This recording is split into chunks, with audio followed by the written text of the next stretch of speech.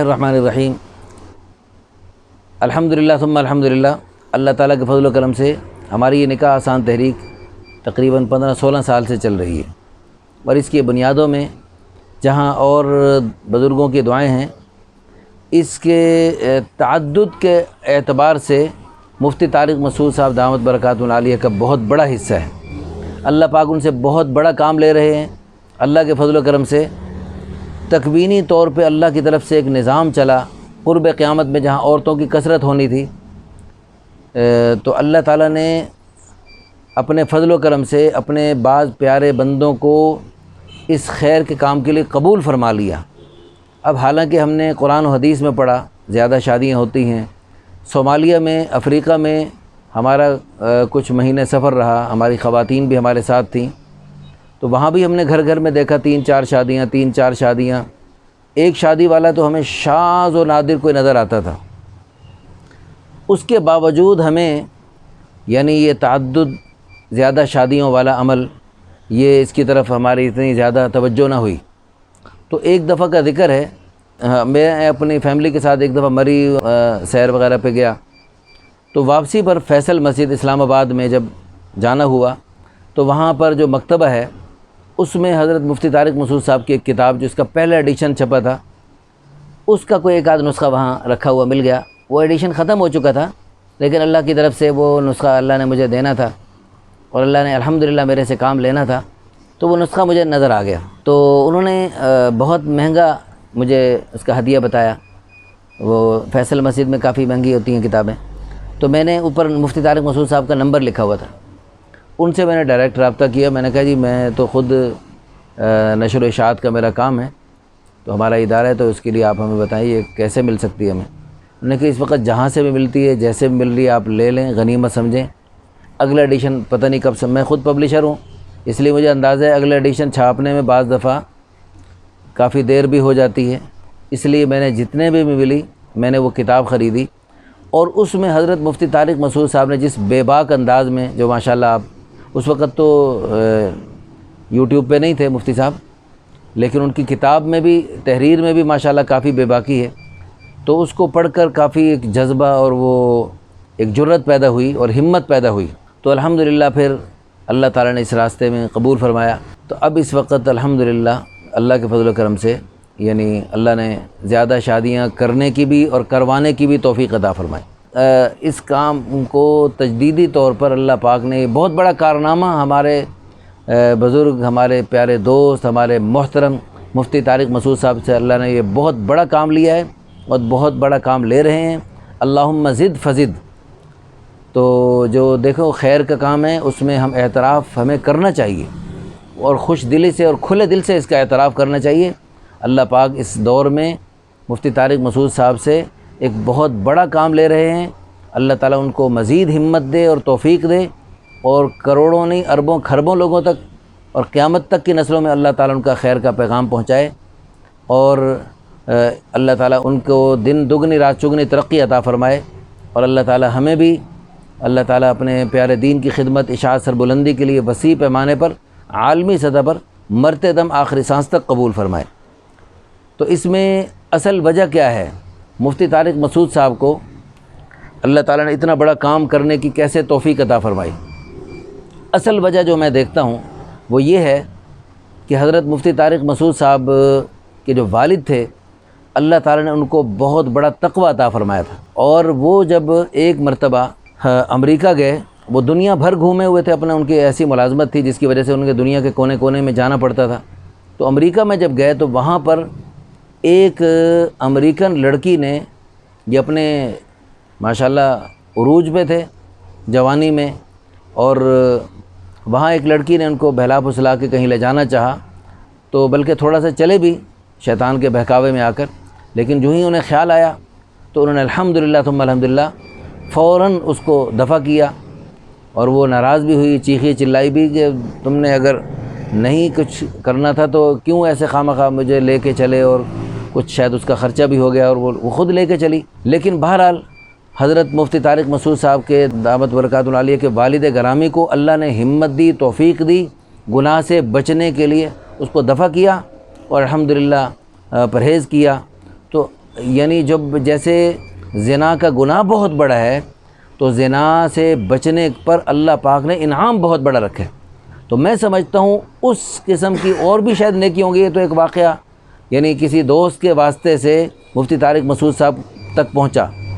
جیسے ہمارے والد صاحب کی بہت ساری خوبیاں تھیں جو ہمارے والد رحمۃ اللہ علیہ کی وفات کے بعد ہمارے سامنے آئیں، ان کے دوستوں کی وساطت، ان کی بہت ساری نیکیاں چھپی رہ گئیں۔ تو اسی طرح مفتی طارق مسعود صاحب کے بھی والد صاحب کی یہ نیکی بعد میں ان کے سامنے آئی، تو اس جیسی ان پتہ نہیں کتنی نیکی انہوں نے کہاں کہاں کی ہوں گی،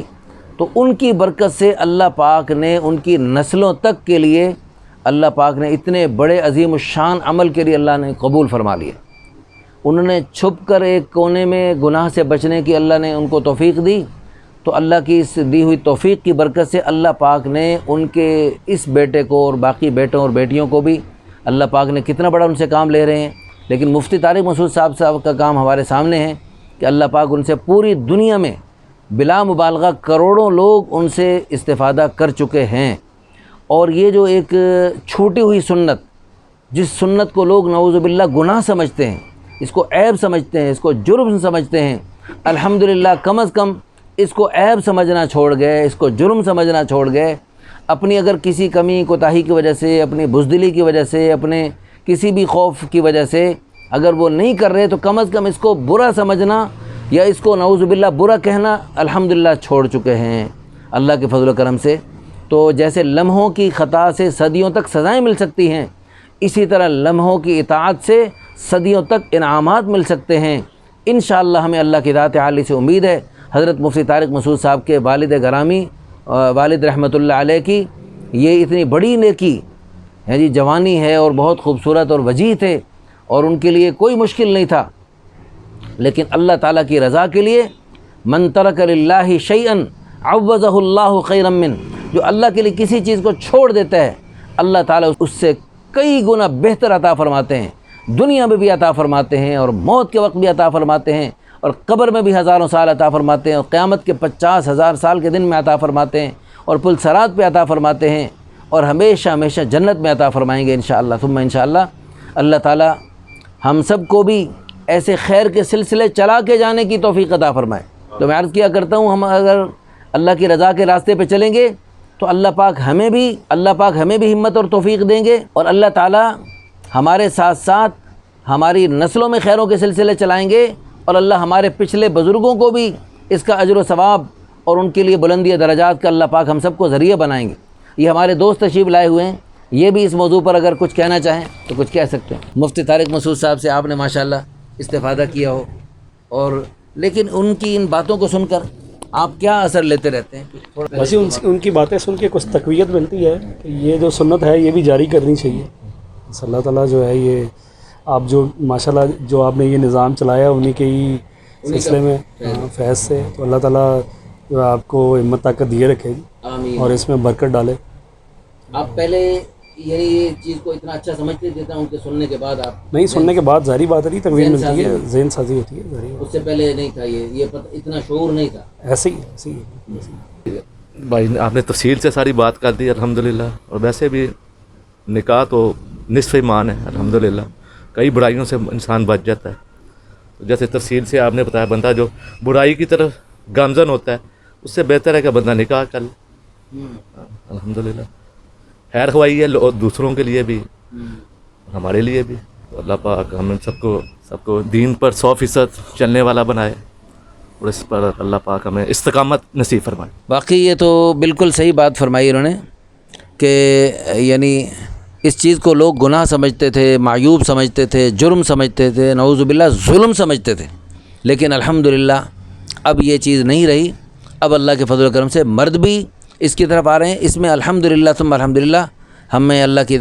ذات عالی سے امید ہے کہ ساری دنیا سے ہمارے اس بات کو دیکھنے والے سننے والے اعتراف کریں گے کہ اللہ پاک کے ہر حکم میں ہر طبقے کے لیے خیر ہے۔ اللہ کا کوئی حکم ایسا نہیں صرف ایک طبقے کے لیے مفید ہو، دوسروں کے لیے مضر ہو۔ یہ جو اللہ کا پیارا حکم ہے تعدد ازدواج والا، زیادہ شادیوں والا، یہ جہاں مردوں کے لیے اس میں فائدہ ہے، عورتوں کے لیے اس سے بڑھ کر فائدہ ہے، بلکہ ہر ایک طبقے کے لیے ایک سے بڑھ کر ایک فائدہ ہے۔ اللہ کے ہر حکم میں دونوں طبقوں کے لیے فائدہ ہی فائدہ ہوتا ہے۔ مردوں کو جو اللہ نے پیارے احکامات دیے اس میں عورتوں کا بھی بھلا ہے، عورتوں کو جو احکامات دیے اس میں مردوں کا بھلا ہے، والدین کو جو احکامات دیے اس میں اولاد کا بھلا ہے، اولاد کو جو احکامات دیے اس میں والدین کا بھلا ہے۔ تو ہر اعتبار سے جو بھی حکم ہے اس میں دونوں طبقات کے لیے بھلائی ہی بھلائی ہے، خیر ہی خیر ہے۔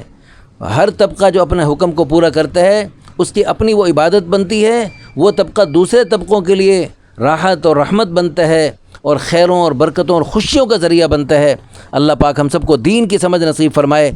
اور خوشی خوشی اللہ اپنے تمام پیارے پیارے احکامات کو اور اپنے پیارے حبیب صلی اللہ علیہ وسلم کی ساری پیاری پیاری سنتوں کو اپنانے کی اور ساری دنیا میں پھیلانے کی توفیق عطا فرمائے۔ وآخر دعوانا ان الحمد للہ رب العالمین۔